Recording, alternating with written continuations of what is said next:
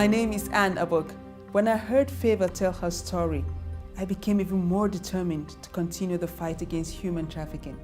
I believe that God has called me to set the captives free, captives like Favor. My first time to work, she said, you see this man, go with him. Go with him to where? Confused and bewildered. This is the question most young girls ask.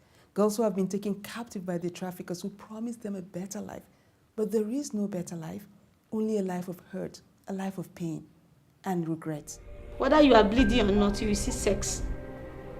You will be sexy. You will be sexy and sexy and sexy until you get used to it. So whereby I'm sexy, I'm crying, sexy, I'm crying. How much is the money is 10 dinar? With 10 dinar, you translate it here, it's 1,000 naira. Human trafficking is not just a Nigerian problem. Human trafficking is a global problem. It is the third largest crime in the world.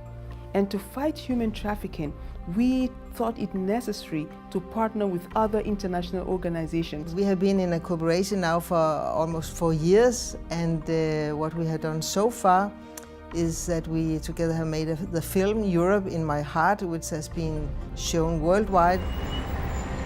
We know that 80% of the illegal African prostitutes in Europe come from Benin City in Nigeria. And we came together and felt God wants us to make a difference. So we decided to use the powerful tool of filmmaking to produce a Nollywood film titled Europe in My Heart. We used famous actors from Nollywood because we wanted maximum impact. We wanted people to identify with the message we're trying to pass across.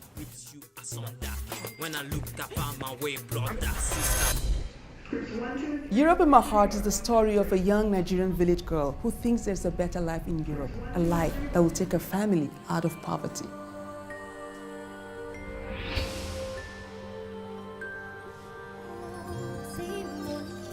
Lord, please help me.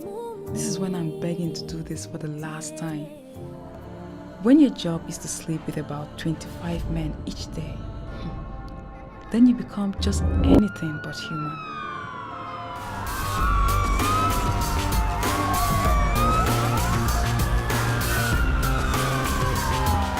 We use that tool, the film, to run campaigns in villages in Nigeria where public enlightenment campaign fails to reach. And we were able to get there with the film with generators and projectors and to be able to show the rural people what the reality of human trafficking is. We want more awareness to be created in the area of visiting more states in Nigeria. We want advocacy to happen. Government from Denmark will come to Nigeria and liaise with Nigerian government and the media and education sector to see how we can advocate against human trafficking.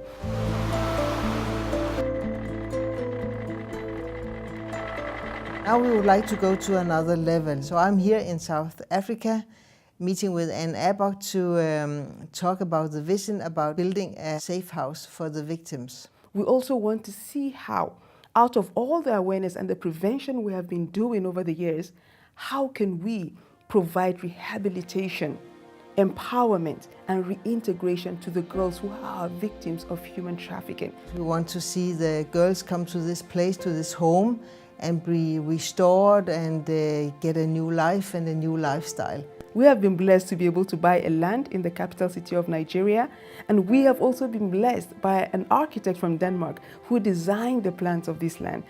But not only build the house, but I mean make a program with rehabilitation.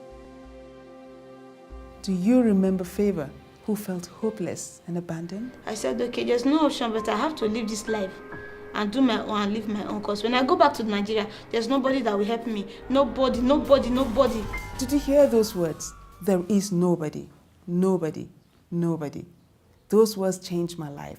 The cry of a desperate girl from the village in Nigeria. Then I became that somebody. And maybe you too could be that somebody who would change a life.